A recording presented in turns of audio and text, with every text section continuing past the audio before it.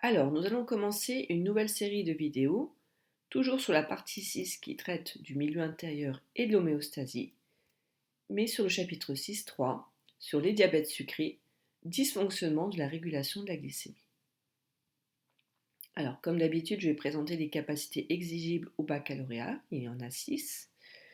Donc, tout d'abord, comparer les signes cliniques et paracliniques des deux types de diabète, relier hyperglycémie, glycosurie, polyurie et polydipsie, expliquer l'origine de l'hyperglycémie pour chaque type de diabète, identifier les facteurs de risque, faire le lien avec les démarches de prévention, citer les principales conséquences pathologiques des diabètes et enfin relier les principaux traitements à l'étiologie ou aux facteurs de risque.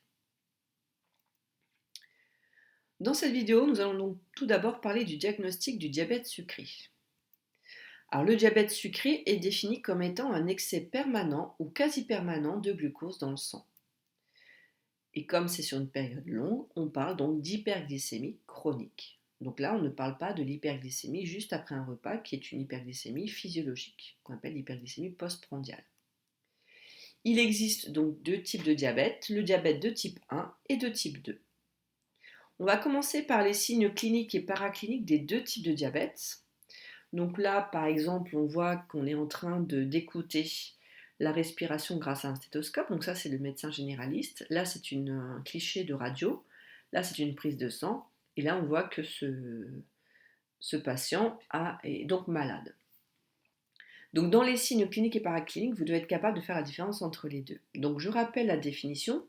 Un signe clinique, c'est un signe qui est mis en évidence par le patient lui-même ou le médecin lors d'une consultation. Alors qu'un signe paraclinique, c'est un signe mis en évidence par des examens complémentaires. On va commencer par les signes cliniques. Donc pour le diabète de type 1, ces signes apparaissent subitement chez des jeunes individus, avant 30 ans, voire chez des très jeunes enfants. Ils représentent 5 à 10% des cas de diabète.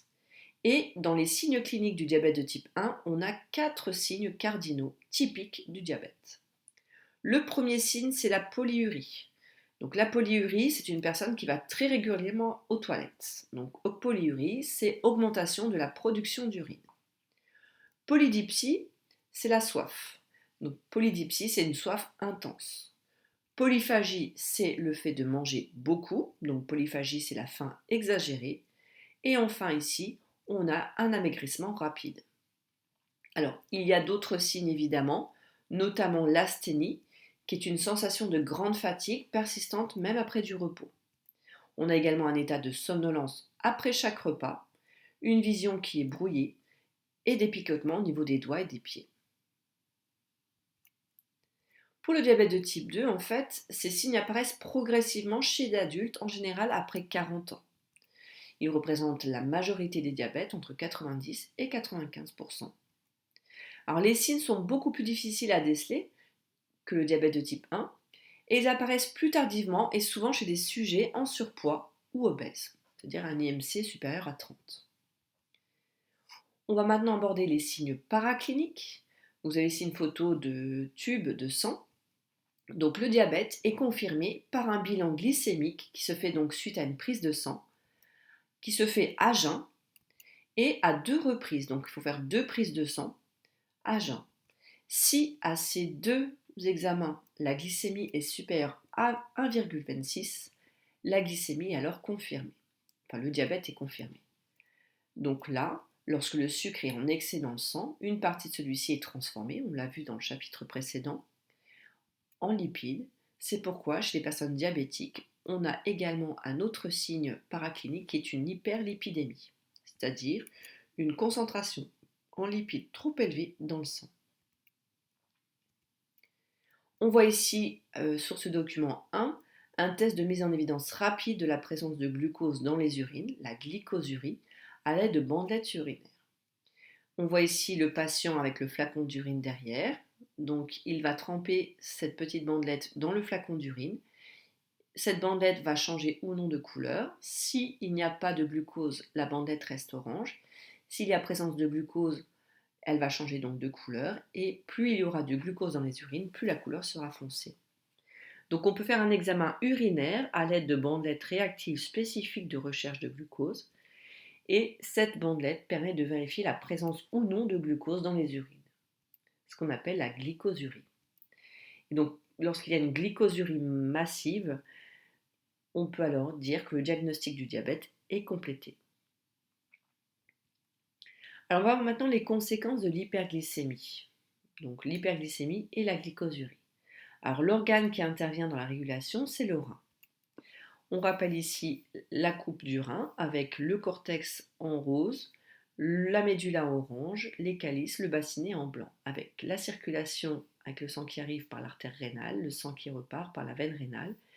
On rappelle que le sang est filtré au niveau de la capsule, on a la filtration glomérulaire, on forme l'urine primitive qui va ensuite subir une réabsorption tubulaire et une sécrétion tubulaire, et on a l'urine définitive qui va s'excréter, s'écouler via l'urtère. Alors lorsque la glycémie est normale, c'est-à-dire environ 1 g par litre dans le néphron, tout le glucose qui a été filtré au niveau de la capsule est réabsorbé. Donc normalement, il n'y a pas de glucose dans les urines. Cette réabsorption se fait grâce à des transporteurs qui sont en surface des membranes des cellules tubulaires au niveau des reins. Donc vous avez sur le document 2 ici une partie du tubule rénal avec la capsule de Bowman avec le glomérule à l'intérieur et le tubule rénal. On a donc ici l'artériole afférente, le sang qui arrive, et l'artériole efférente avec le capillaire péritubulaire, c'est-à-dire le capillaire qui entoure le tubule rénal.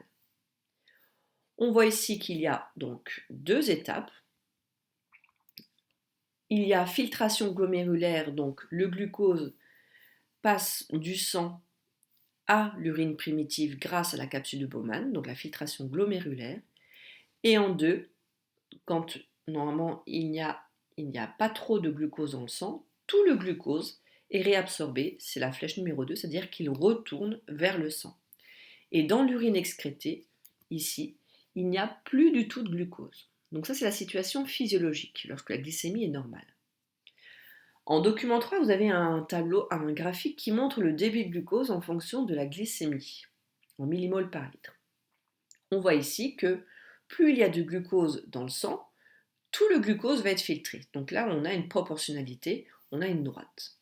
Par contre, au niveau du glucose excrété, on voit que quand le glucose, la glycémie est inférieure ici à la glycémie seuil, il n'y a aucun glucose excrété, c'est-à-dire qu'il n'y a pas de glucose dans les urines.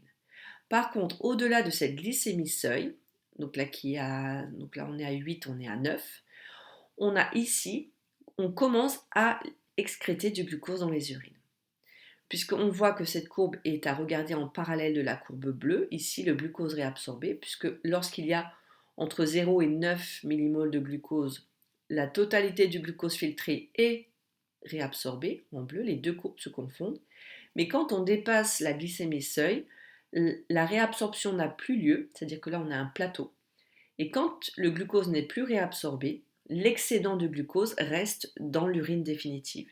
Et alors là, on voit la courbe rouge qui augmente, puisque plus la glycémie va augmenter au-delà de cette glycémie seuil, plus il y aura du glucose excrété dans les urines. Donc, que se passe-t-il quand on est en hyperglycémie? Donc là, j'ai mis une flèche beaucoup plus épaisse. Il y a beaucoup trop de glucose filtré. Je peux en réabsorber qu'une toute petite partie. Et donc, le reste du glucose que je n'ai pas pu réabsorber se retrouve dans l'urine. Et donc là, on a une glycosurie. Donc pour faire un bilan, pour comparer la situation entre la situation physiologique et la situation d'une hyperglycémie chronique, c'est-à-dire un diabète, vous avez ici en bleu le néphron, la circulation glomérulaire en rouge, donc le sang. On a la filtration du glucose en vert et on voit que à plusieurs endroits on réabsorbe le glucose et donc 100% va être réabsorbé. Donc dans l'urine qui est excrétée ici, il n'y a plus de glucose. Donc ça, c'est la situation physiologique. Par contre, lorsqu'il y a une hyperglycémie, on voit que cette flèche de filtration, tout le glucose est filtré, quoi qu'il arrive. Donc là, on a une filtration beaucoup plus importante. Par contre, la réabsorption, elle est limitée. On ne peut pas, même si on a beaucoup de glucose filtré, on ne peut pas réabsorber plus. Ce qui veut dire que Là, on a 100% de filtration.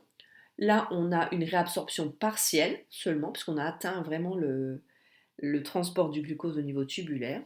Ce qui veut dire que là, il y a du glucose dans l'urine définitive. Et donc là, on parle de glycosurie.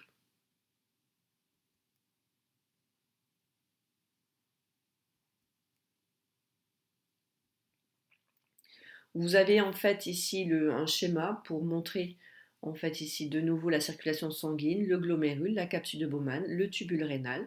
On voit ici donc la filtration et on a ici donc la réabsorption qui est montrée par ces flèches. Donc on voit que la réabsorption est essentiellement au niveau de la première partie du tubule rénal et ensuite elle diminue nettement. Et on voit que le glucose est transporté grâce à des transporteurs qu'on appelle les transporteurs GLUT pour rejoindre la circulation sanguine. Et quand il y a vraiment beaucoup de glucose dans l'urine primitive, en fait, on voit bien que ces transporteurs vont être saturés. Donc même s'il y a vraiment beaucoup de glucose, une partie du glucose restera dans l'urine et se retrouvera dans l'urine définitive. Voilà, donc on a fini la première vidéo sur le chapitre 6.3 sur le diagnostic du diabète sucré. Donc dans les prochaines vidéos, on verra donc l'étiologie des deux types de diabète, les conséquences des diabètes et enfin le traitement et les préventions du diabète.